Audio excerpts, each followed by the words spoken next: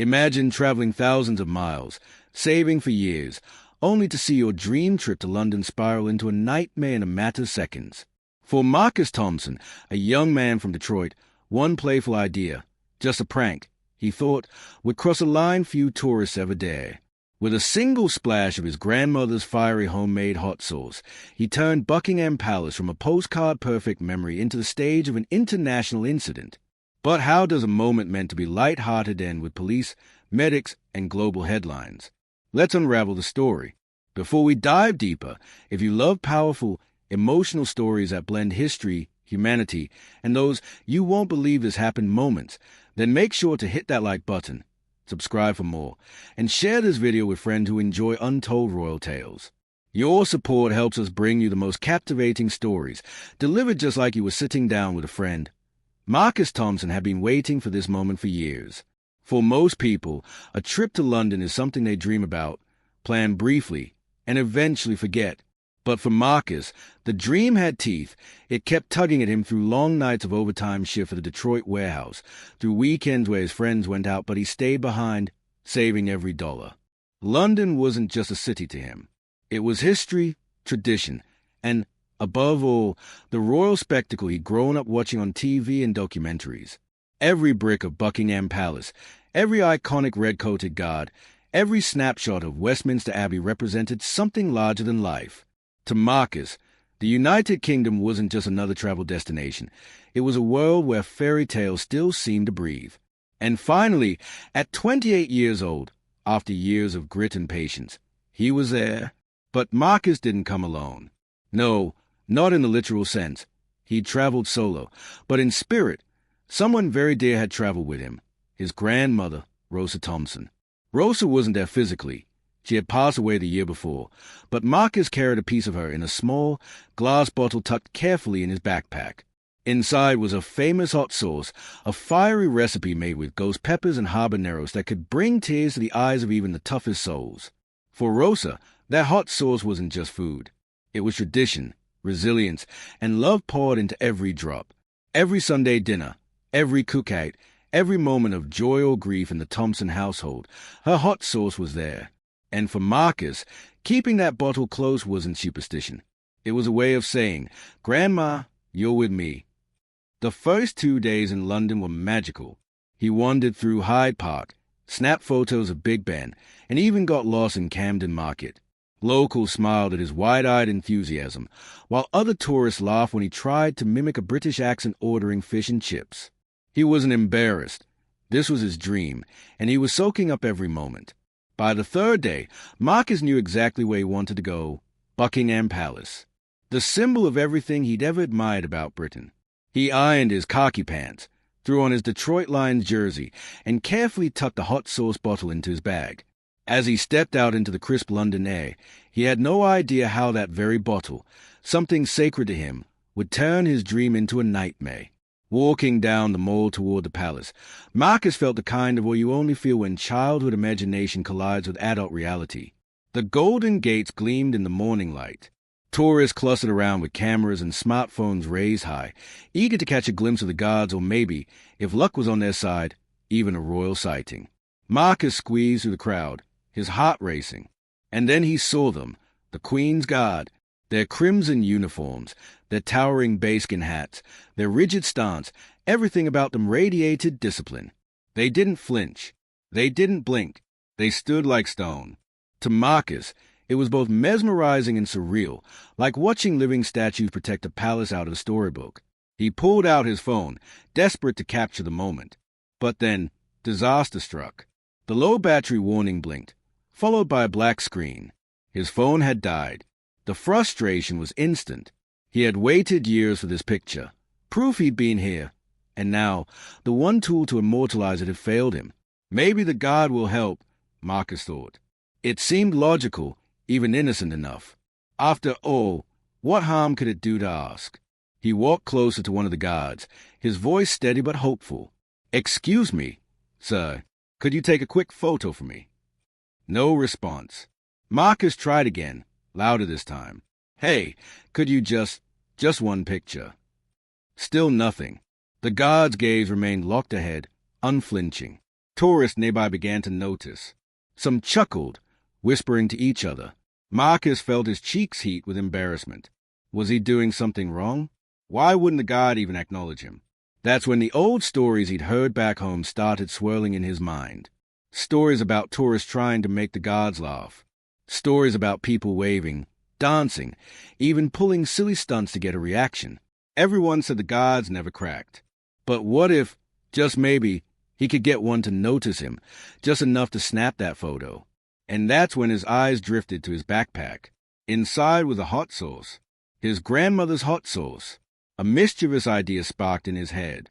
What if he just playfully used a drop, not to hurt, not to insult, but just to startle, just enough to break the stone-like facade? It would be funny, memorable, something to tell friends back home.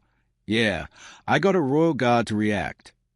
But Marcus couldn't understand just how serious that duty really was. The silence didn't last long. Within seconds, the stillness shattered like glass. Two guards in perfect unison pivoted in advance, their boots hammering against the stones with military precision.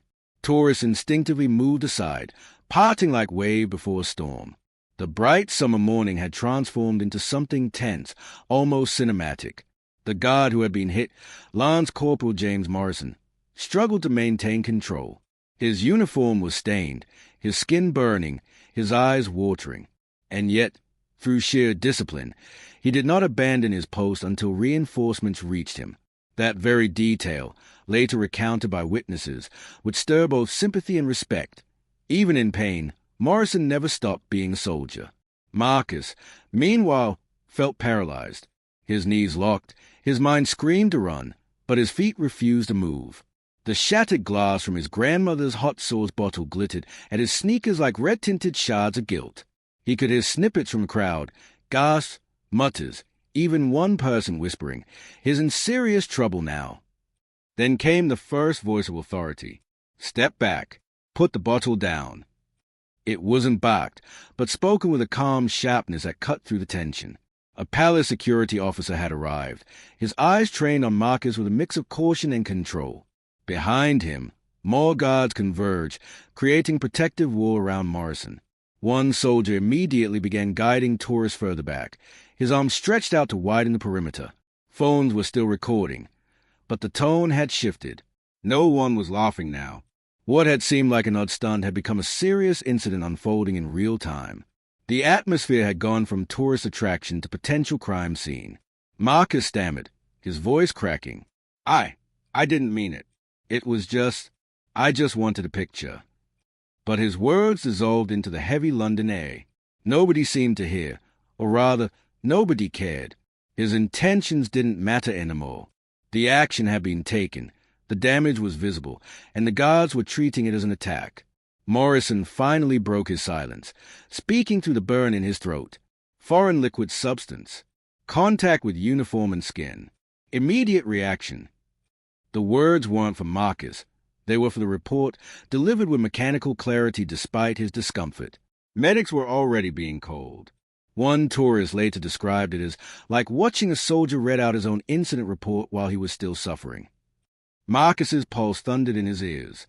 His dream of blending in with the crowd was gone. Every pair of eyes was on him. And then, just as his brain screamed at him to move, he heard the shrill, unmistakable wail of sirens in the distance. It was official. This was no longer just Palace Security's problem. The Metropolitan Police were on their way. The sirens grew louder, their echo bouncing off the palace walls. Within moments, a police van and 2 patrol cars pulled up just outside the gates. The crowd pressed back even further, whispering nervously as uniformed officers poured out with brisk, coordinated movements. Marcus's stomach twisted. He had seen police confrontations back home, but this was different. This was not Detroit. This was Buckingham Palace, one of the most heavily guarded sites in the world. And now he was at the center of it. "Sir, drop what's in your hand. Step away from the guard. Hands where I can see them."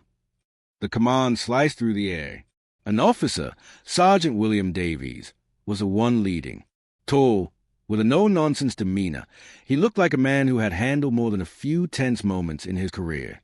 He wasn't shouting, but his tone left no room for argument. Marcus's hand opened on instinct, releasing the nearly empty bottle. It fell to the ground with a soft clink, the last intact part of his grandmother's hot sauce now gone. His heart sank even deeper. Rosa's legacy shattered alongside his dignity. Two officers moved in quickly, guiding Marcus back with firm grips on his arms. He didn't resist. He couldn't. His legs felt weak, his chest heavy. As a cold steel of handcuffs clicked around his wrists, the realization slammed into him. This wasn't a prank anymore. This was an arrest. The crowd murmured. Phones still pointed like a forest of unblinking eyes. Some looked shocked, others judgmental, a few even sympathetic.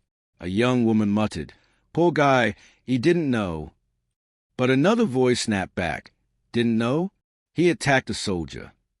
The debate swirled even as Marcus was led toward the waiting van. Meanwhile, Morrison was finally being attended to by palace medics. They flushed his eyes with saline, dabbed ointment on his reddened skin, and carefully removed the stained portion of his uniform. Even in obvious discomfort, he refused to leave the area until a superior officially dismissed him. His composure only added weight to the gravity of the incident. Sergeant Davies turned briefly to Marcus as they walked. "Do you understand the seriousness of what you've done?" Marcus swallowed hard, words tumbling out in a panic. "It was just hot sauce. My grandma's recipe. I swear I wasn't trying to hurt anyone. I just a photo." But the sergeant cut him off with a measured, steely response. "You assaulted a member of the armed forces on duty. Intent doesn't erase consequences." The word struck like a hammer. Marcus felt as if the ground had been pulled from beneath him. He thought about the years he'd spent saving, the anticipation, the excitement, and how it had all collapsed in a single, reckless moment. As the van doors closed behind him, shutting out the chatter of the crowd and the flashing phones, Marcus sat in stunned silence. His dream vacation had just become an international incident. Marcus sat in the holding cell, his head buried in his hands. The cold bench beneath him felt like stone, and every tick of the clock on the wall reminded him of the minutes slipping away. His vacation, his freedom, his reputation, everything hung in limbo. Meanwhile, across the city, reports were already hitting the headlines. Tourist assaults Royal Guard with liquid, and Buckingham Palace incident sparked security alert. Clips from tourist phones flooded social media, replayed with endless commentary. To strangers online, Marcus wasn't a man with a story. He was a headline, a villain, or a punchline. But behind those headlines was a truth only Marcus knew. He hadn't wanted to hurt anyone. He hadn't realized that tradition, duty, and discipline ran deeper than his light-hearted stunt. And now, he was forced to learn it the hardest way possible. At Belgravia Station, Lance Corporal James Morrison finished giving his formal statement. His eyes were still irritated, but the medics had confirmed no lasting damage. Despite the pain, Morrison's report was factual, professional, without exaggeration. In his own quiet way, he embodied the very values Marcus had underestimated: dignity, respect, service. Back in the interview room, Solicitor David Wright leaned forward with a sigh. "Marcus, you're lucky. The guard is recovering. And because you cooperated, this may not ruin your life. But you need to understand, over here, respect for these traditions is not optional. You don't play games with the Royal Guard." Marcus nodded, his throat dry. "I know. God, I know. I'd do anything to take it back." In the following days, Marcus faced hearings, paperwork, and hours of tense waiting. The charges weighed heavily, but his cooperation, his clean record, and Morrison's professional account softened the outcome. Instead of a lengthy sentence, he faced fines, a criminal record, and a strong warning from the court. For Marcus, it was punishment enough. His dream vacation was over, overshadowed by shame and regret. When he finally boarded the flight home, he didn't feel like the same man who had arrived. The hot sauce bottle was gone, his pride bruised, but his perspective had changed. He realized that respect wasn't just about rules.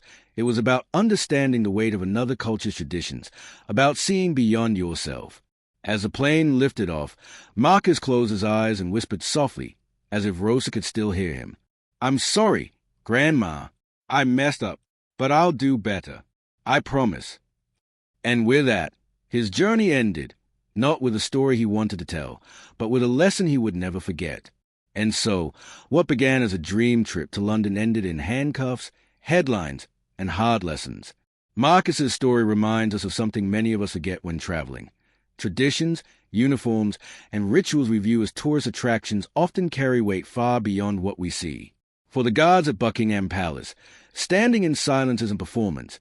It's service, discipline, and a sacred duty to protect. Marcus thought he was chasing a laugh, a story for social media.